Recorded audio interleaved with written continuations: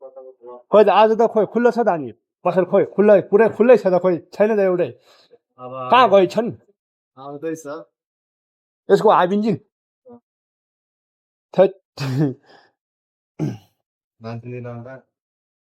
हँ मान्छे लिनु मान्छे लिने होइन यहाँ सामान लिन चाहिँ आएको म जाडो भयो क्या यहाँ हैट जाडो भयो अँ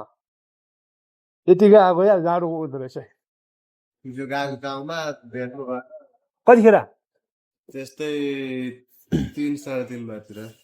ए खोइ मलाई फोनै गरेन मलाई म ऊ त्यो के भन्छ ऊ थियो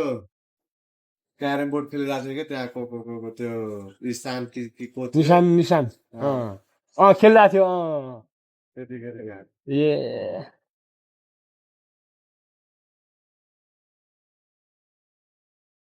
किन हो त्यो त्यो अस्ति खोलादेखि स्टार्ट हुने गाह्रो भइरहेको छ बिहान त यार हैट हो नत्र एक झट्कामा भ्ल्याड भ्ल्याड हुन्थ्यो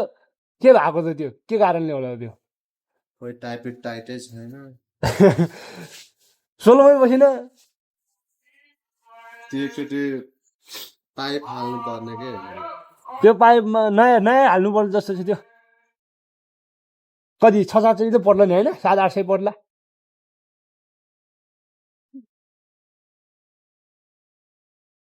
बिहान त स्टार्टै भएन त अनि